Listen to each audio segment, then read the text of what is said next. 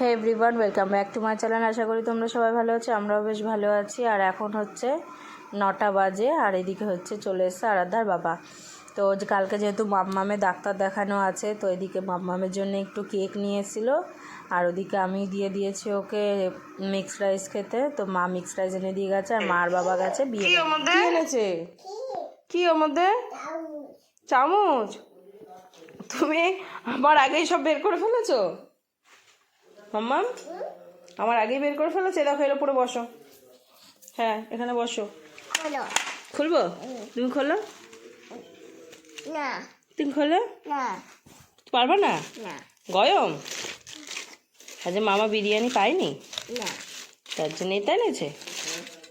তাই? কই? এই তো আছে, দাঁড়াও আমি খুলছি তো। কে খাবে? কে খাবে? কে খাবে আগে বলো। আমি। তুমি? বাবাকে ডাকো, বলো বাবা ঠান্ডা। হুম, দুধু। জুতো খেতে বসেও জুতো লাগে? পরবা? পরো। তাবাটাই। ভাত? এর মধ্যে ভাত না তো। হুম, ভাত না তো। হুম, ভাত না এর মধ্যে। কি বলো তো? কি? চিকেন। চিকি? হ্যাঁ, কি আছে বলো, মুখে বলো একবার। পড়ে যাবে গায়ে, পড়ে যাবে। আমি দিচ্ছি, আমি দিচ্ছি। বসো ওখানে, বসো বসো।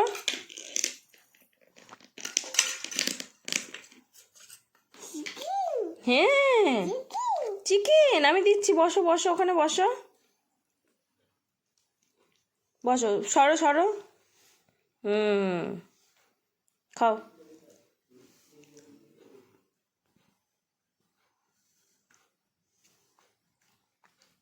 বাবাই। হুম, বাবাই। হ্যাঁ বাবাই। না। হুম, ডাল। ডাল।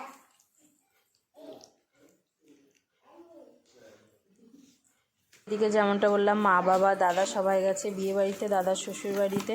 তো বিয়ে ছিল তো সেখানে গেছে। আর এদিকে হচ্ছে মাম্মাম আর আমি। না চামচ দিই না, হাত দিয়ে খেতে হবে। তো আমাদের জন্য হচ্ছে বাটার নান আর চিকেন ভাতটা অর্ডার করা হাত দিয়ে হয়েছিল। খাও। তো ভাই দিয়ে গেল। দেখো আমি ছিঁড়ে দিচ্ছি রুটি। এদিকে এখন আমরা খেয়ে দিয়ে শুয়ে পড়বো। আর কি করবো জানি না, মাম্মা আর বাবা ওরা কখন আসবে। দাদা তো আসবে না, তো দাদা থাকবে। আর মা বাবা কখন আসবে জানি না। তো এখন হচ্ছে 11টা বাজে। এইটা নাও, এই পাতলাটা নাও। এখন এটা আমি দাও, আর ওর বাবা মাম্মাম খেয়ে নিচ্ছি। এটা পাতলা আছে। খেয়ে বসে থাকলে থাকবো, শুয়ে পড়লে শোবো, জানি না কি করবো। মাম্মাম যদি ঘুমায় তাহলে তো ঘুমিয়ে পড়বো, আর মাম্মাম যদি তোমার না বোতলটা ঘুমায় নিয়ে তাহলে আসো, আর কি তোমার করে টানবা। ঘুমাবো। এখানে চলে আসো নিয়ে।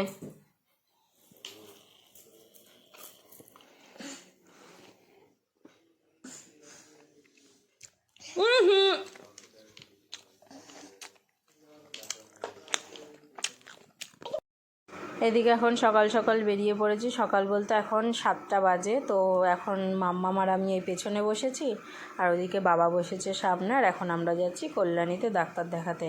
আগের দিন যেমন বলছিলাম, এই রোজ ভোরবেলা উঠে উঠে ওই ট্রেনে করে যাওয়া আসা, তারপরে হচ্ছে ওখানে সারাটা দিন লেগে যায়।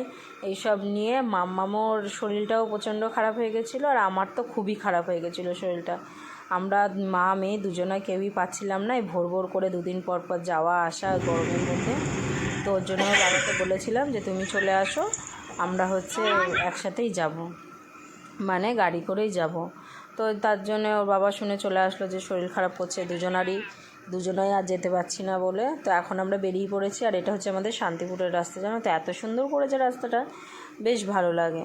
আর ওই যে বাবার সামনে বসে আছে, আর মাম্মা মামার কোলের মধ্যে, ওর কাজও করছে, ওর যা যা কাজ। আর এদিকে হচ্ছে বাইরে হালকা হালকা একটু বৃষ্টি, মানে মেঘ হয়ে আছে প্রচণ্ড, কিন্তু সেরম বৃষ্টি না হলেও 2-1 ফোঁটা বেশ বৃষ্টি হল।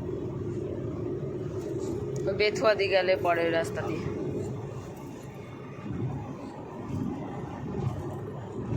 রংটা এমন ভালো লেগেছে।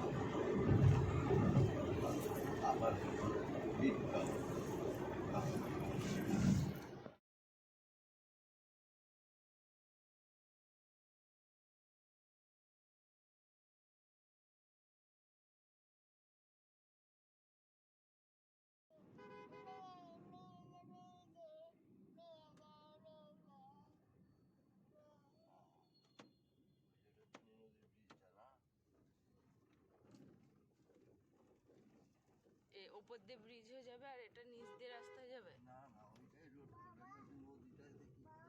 হ্যাঁ বলো। এদিকে আমরা এখন প্রায় রানাঘাটের কাছাকাছি চলে এসেছি, মানে রানাঘাট ওই ব্রিজটার এখানে দেখো এই নার্সারিটা এত বড় আর এত সুন্দর ফুল, এত মানে নানান ধরনের গাছ টাছ, বেশ বড়, অনেক বড় নার্সারিটা, দেখতেও বেশ ভালো লাগছিলো। তাই বাবা বলছিল যে কিছু যাওয়ার সময় ফুলের চারা নিয়ে যাব দেখি। জানি না আসার সময় হবে কি হবে না, কি নেওয়া হবে নাকি আদৌ মনে থাকবে নাকি তাও জানি না। বাবা বলছিল কটা ফুলের গাছ নিয়ে যাব বেশ সুন্দর সুন্দর। তো বাড়ি গিয়ে লাগাবার এই হচ্ছে রানাঘাটে ওঠার সেই ব্রিজটা, তার মানে ব্রিজের অনেকটা আগেই ওই নার্সারিটা ছিল। আর এদিকে তো রাস্তা হচ্ছে, এই নিচের রাস্তাটা এত বাজে কি বলবো।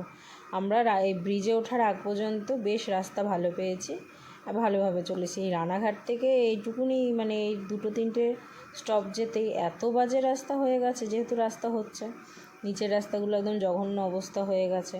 আর মাম্মাম এদিকে নাচছে আর কেরম করছে রাস্তা দেখে দেখে।